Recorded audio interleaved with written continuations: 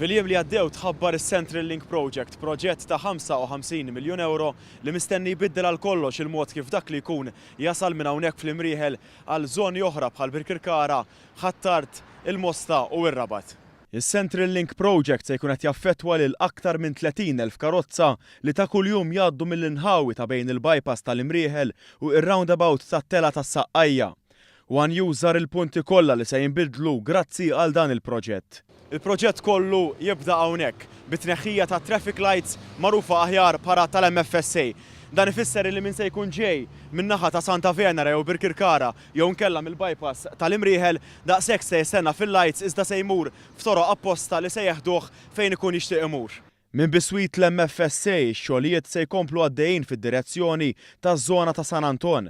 Hawnhekk ukoll it-traffic lights se jkunu qed jitneħħew għal kollox. Il-proġett se jkompli hawnhekk bit-tneħħija ta' dawn it-traffic lights li qed taraw warajja, it-traffic lights taż-żona ta' San Anton. Dan ifisser li min se jkun tiela jew nieżel minn din it-triq daqshekk issa se jkollu jiltaqa' ma' lights u ovvjament daqshekk se jiltaqa' ma' traffiku. Għal dawk li jkunu jridu jinżlu għal ħdejn San Anton se ssir triq apposta li ddur mal-lokalità fil-forma ta' Ring Road. Daw kollha li jiddeċiedu li jimxu jew jużaw ir-rota se jkollhom il-possibilità li jaqsmu min-naħa l-oħra tat-triq permezz ta' pont li se jinbena. Il-proġett kollu se jkun qed iwessa t-toroq kollha bl-iktar żona affettwata se tkun dik ta' San Anton, hekk kif minn 4 karreġġjati se ssir b'6. Iż-żoni l-oħra fejn hemm żewġ karreġġjati se jsiru b'4. L-uniku triq fir-rotta kollha li se tibqa' b'karreġġjata waħda tinsab ftit il fuq. Mill-proġett kollu kemm hu t-triq li ninsabu fiha aħna hawnhekk it-triq li qed taraw warajja hija l-unika waħda li se tibqa' b'karreġġjata waħda, ġifieri b'one lane. Madankollu din se tkun qed tintuża biss minn dawk ir-residenti li se jużawha biex jitlu f'Ħattart.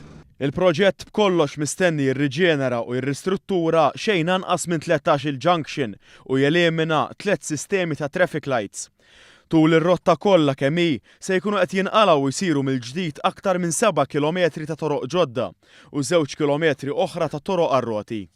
Se jkunu qed isiru aktar minn 19,000 metru kwadru ta' tisbieħ bħal tħawwil ta' siġar u fjuri f'roundabouts u fil-ġenb ta' toroq. B'kollox, il-proġett se jkun qed inaqqas l-emissjonijiet bi 13% u l-ħin biex wieħed jasal minn post għal ieħor bin-nofs.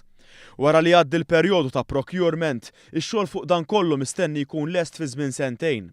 Il-proġett jasal fit-tmiemu fir-roundabout ta' Biswit is-Saqqajja.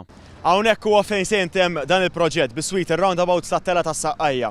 Roundabout li se tiġi riġenerata u ristrutturata kollha kemm hi. Dan b'tali mod li jekk inti toħroġ minn ħruġ li jkun imiss ma' ħruġ ieħor issa daqshekk iddur mar-roundabout iżda se ssir triq diretta li tieħdok fil-ħruġ fejn għandek bżonn.